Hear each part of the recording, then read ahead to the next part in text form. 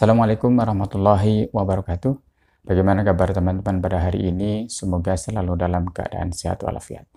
Ketemu lagi dengan saya, masih seperti biasa kita akan ngobrolin tentang permasalahan hukum yang ada di masyarakat. Dan kali ini ada satu pertanyaan, bagaimana apabila sebuah kontrakan atau kos-kosan yang pengelola kontrakan tersebut menerapkan peraturan dan apabila yang melanggar peraturan itu dikenakan denda berupa sejumlah uang dan mungkin nilai uangnya ini tidak sedikit.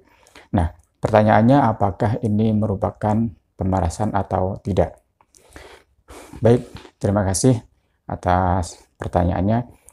Nah, dalam konteks ini ada dua hal yang mungkin akan kita sampaikan. Pertama, apa itu definisi pemerasan atau yang termasuk kategori pemerasan.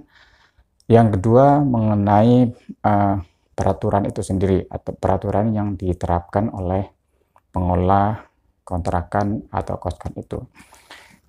Pertama, mengenai pemerasan ini terdapat di dalam KUHP pasal 33 atau 368 ayat 1 KUHP. Di situ dijelaskan barang siapa dengan maksud untuk menguntungkan diri sendiri atau orang lain secara melawan hukum, memaksa seseorang dengan kekerasan atau ancaman kekerasan untuk memberikan suatu barang yang seluruhnya atau sebagian adalah kepunyaan orang itu atau orang lain, atau supaya membuat utang atau menghapuskan piutang, diancam karena pemerasan dengan pidana penjara paling lama 9 tahun.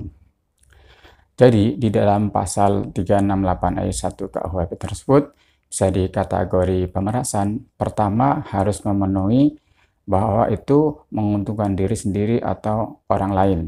Yang kedua, secara melawan hukum. Yang ketiga, memaksa seseorang dengan kekerasan atau ancaman.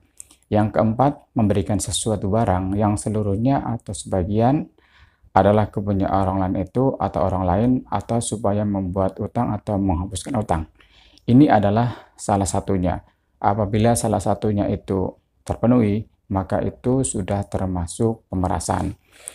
Dalam konteks ini, penanya mungkin dapat melihat apakah pengelola kontrakan atau pengelola kos-kosan itu memenuhi salah satunya, yaitu dia untuk menguntungkan diri sendiri, melawan hukum, memaksa dengan ancaman kekerasan, atau untuk memberikan suatu barang yang seluruhnya atau sebagian saja. Salah satu ini sudah bisa dikategorikan kekerasan. Selanjutnya terkait konteks pertanyaan disampaikan, biasanya kalau kita mau menyewa sebuah rumah atau kontrakan, atau kita mau kos di sebuah kos-kosan, biasanya ada suatu peraturan yang disampaikan atau diberikan oleh pengelola kontrakan tersebut. Dan tata tertib atau peraturan itu sudah merupakan menjadi suatu perjanjian antara pengelola kontrakan dengan calon penghuni.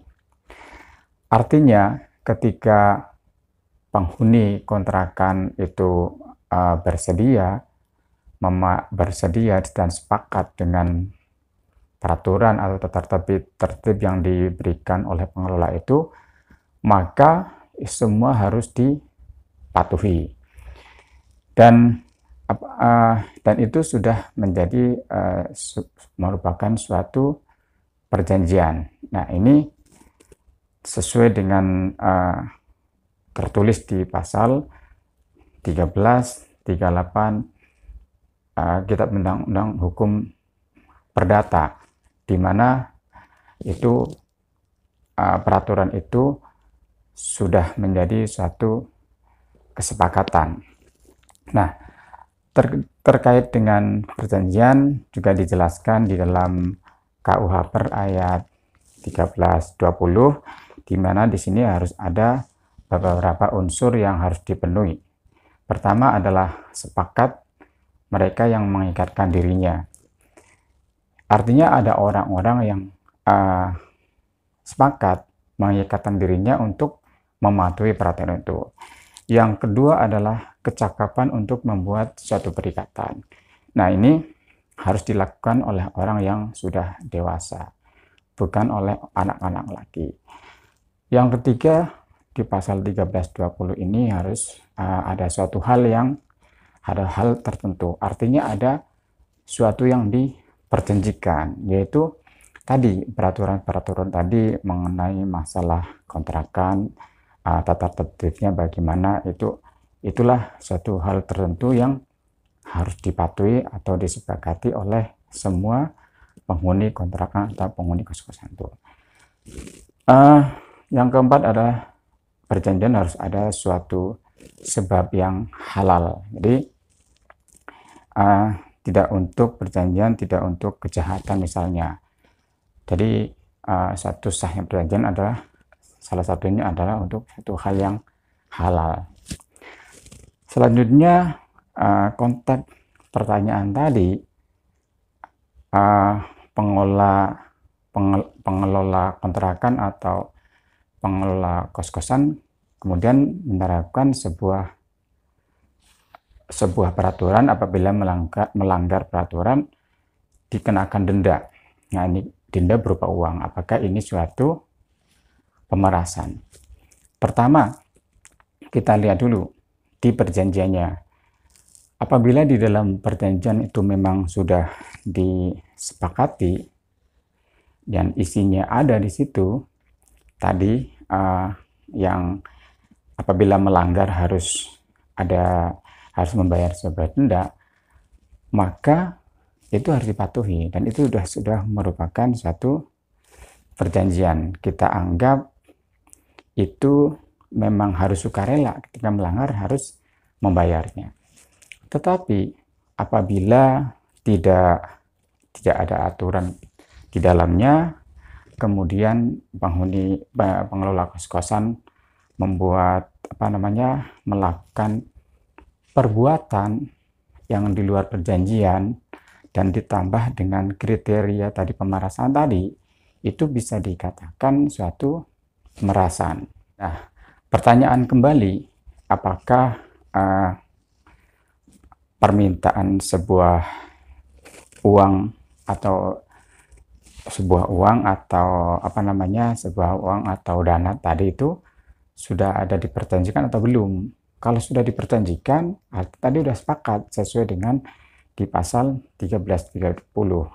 Itu bisa jadi itu bukan pemerasan. Tetapi apabila memang tidak diperjanjikan dan tiba-tiba pengelola kontrakan atau pengelola kos-kosan melakukan seperti itu dan dilakukan dengan tadi mengurungkan diri sendiri dengan ancaman, dan itu tidak ada perjanjian, itu bisa jadi itu adalah merupakan bentuk pemerasan. Intinya bahwa kita lihat dulu perjanjiannya, ada nggak di perjanjian gitu. Terus kemudian kalau ada, itu memang sudah sepakat dari awal. Tapi kalau tidak ada dan dilakukan melalui kriteria tadi pemerasan yang terdapat dalam pasal 368 ayat 1 KUHP, maka itu merupakan suatu bentuk pemerasan. Bentuk pemerasan adalah merupakan perbuatan pidana dan dapat dilaporkan kepada pihak yang berwajib. Mungkin itu pertanyaannya, silahkan kepada penanya, dilihat dulu perjanjiannya, kemudian dilihat dulu apakah perbuatan pengelola kontrakan ketika meminta sejumlah uang itu misalkan dilakukan dengan ciri-ciri dari pemerasan yang terdapat dalam pasal 368 ayat 1 atau tidak. Terima kasih. Mohon maaf kalau ada kesalahan.